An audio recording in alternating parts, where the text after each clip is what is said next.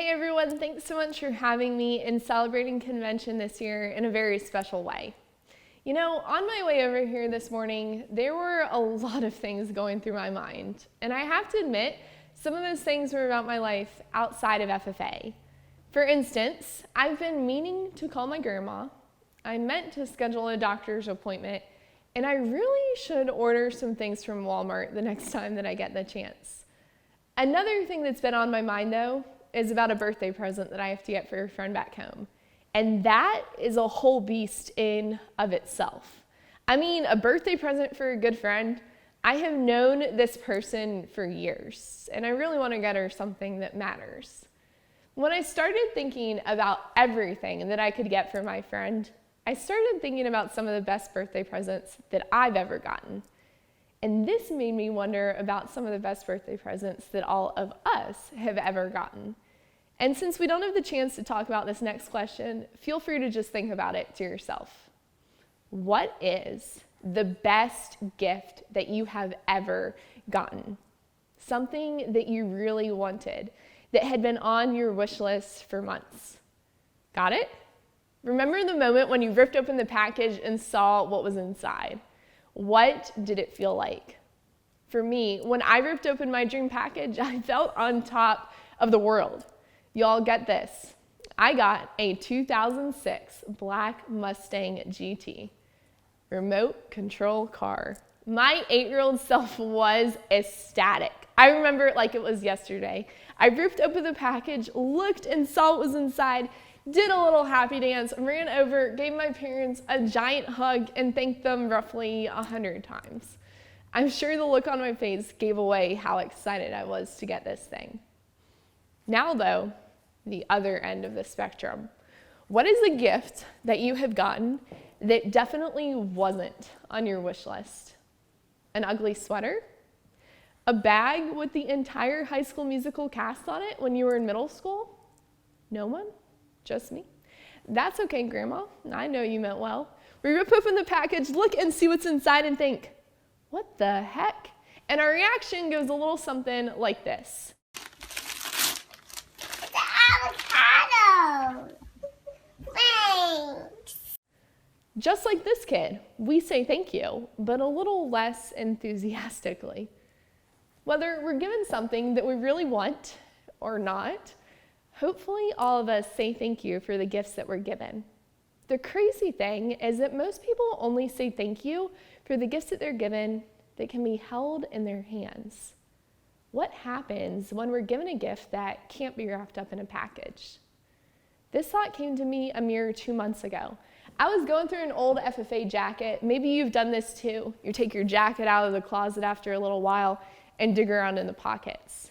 When we're going through the pockets of our jackets or even sports bags or wallets, we can find a lot of interesting things.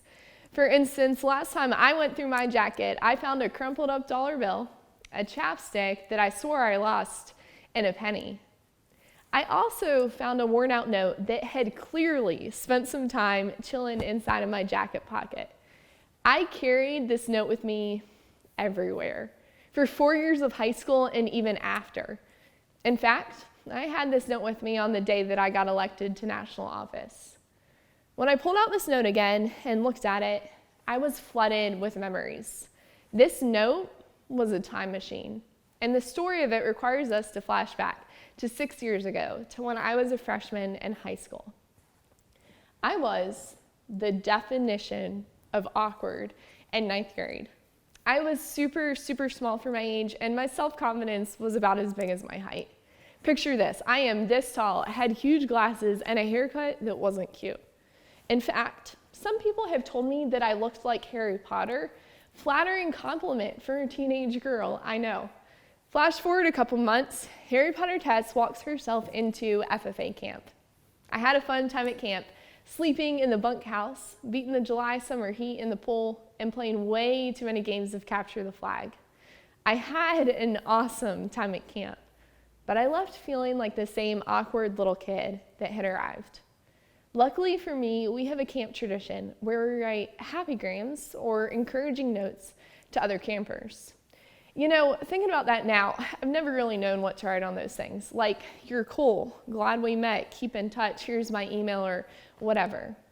But as I looked in my bag on the way home from camp that year, I saw a note that taught me what a happygram should look like. And that note was from someone that I looked up to. On the note were the simple words, "I believe in you." Whoa, hold up, this person who I looked up to believed in Harry Potter Tess? It might sound simple, but that note was powerful because it was the last thing that I expected to see in my bag that year. Even though it was just a simple little note, it made a difference. Looking at this note, my heart was full of gratitude. This was the first time in my life I had ever heard these words from someone that wasn't a blood relative. As much as that note meant to me, however, I was faced with a real dilemma when looking at it. Whoa, this is the nicest thing that someone has ever said to me. But where do I go from here? Do I tell them thank you? Maybe. But that would be way too weird, way too awkward, way too uncomfortable. I'm just not going to say anything. Yeah, I'm just going to keep this one to myself. And that's exactly what I did. For 4 years, I tucked that note inside of my jacket pocket and kept it all to myself. For a point of reference, 4 years is how long it would take to watch over 34,000 episodes of Grey's Anatomy or any other show that's an hour long. Contest after contest, camp, convention, you name it, that note was there. That note was my motivation to start believing in myself. Of all the things that note gave me the courage to do, though, I never had the courage to say thank you to its author. I just kept it to myself for 4 years. 4 years is how long it takes to drive from my home state of Virginia all the way to California 867 times. For some of us, we say thank you to others immediately. For other people like me, though, it takes a while if we ever say thank you. Why? Why don't we say thank you even when we know that we should?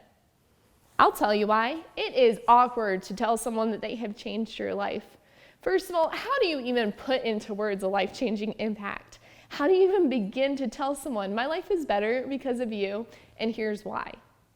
2, 9 times out of 10, there are some crazy emotions wrapped up in this conversation. Through tears in our eyes, a quiver in our voice, or something else, we try to say something so important, and it comes out sounding like Chewbacca. Putting ourselves in a situation like this is vulnerable. It's uncomfortable. It can even be scary at times. What if they don't even remember the thing that they did to change my life? What if they think that I'm weird for telling them how I really feel? Besides the fact that it could be awkward to have this conversation, sometimes we just put it off. We think that person's always going to be there, or I'll tell them the next time I see them. Y'all, what if we lose the chance to tell someone how much they really mean to us? We find all of these reasons to not say thank you, instead of finding one reason to say just 2 words. Flash forward 4 years, I finally found the courage to say those 2 words. 4 years is how long it took me to believe in myself. Sure, the conversation was kind of awkward. Sure, I cried because of how much that note meant to me. Sure, the thank you wasn't super beautiful, but that wasn't what mattered. What mattered was that even after 4 years, I'd finally said thank you. After 4 years, I'd finally told someone how I really felt. We need to move past the idea of how awkward this conversation could be and just do it. Sure, it could be awkward and uncomfortable, but it will be so worth it. The hard trick is that we are already trying to figure out a whole lot at our age. Questions like, what's my job gonna be? And am I gonna go to college? And how am I gonna get all my homework done and my chores and hang out with my friends consume our minds? Another question that we ask ourselves, maybe a bigger question, is where do I belong? One thing that really matters in school is the cafeteria. The school cafeteria, a place where all of us can sit in one room, catch up on the latest gossip, and eat something delicious, or not. Right here, you have the football players. Over there, the popular girls, and in the back, the band kids. For kids like me, though, I didn't feel like I fit at any one of those tables. I felt like no matter where I sat, that I wouldn't be accepted, that I was too quiet or too smart or too weird. I didn't have anywhere to sit and catch up on gossip or eat a snack. I didn't have anywhere to belong in the cafeteria. Every day when I heard the lunch bell ring, I had so much anxiety that I felt like crying. Outside of the school cafeteria, though, my high school superhero was a lady by the name of Mrs. Wimmer.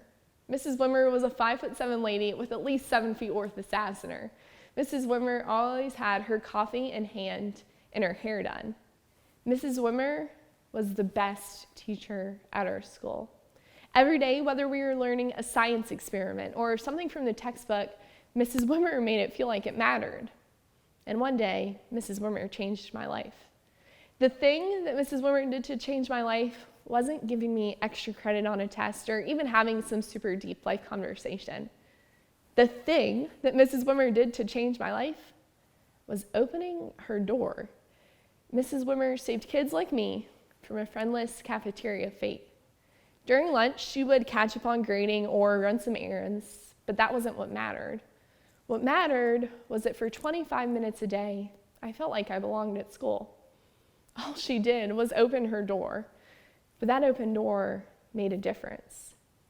Here's the thing. I have yet to tell Mrs. Wimmer how much this really means to me. I keep putting it off and thinking the next time I see her, I'll tell her.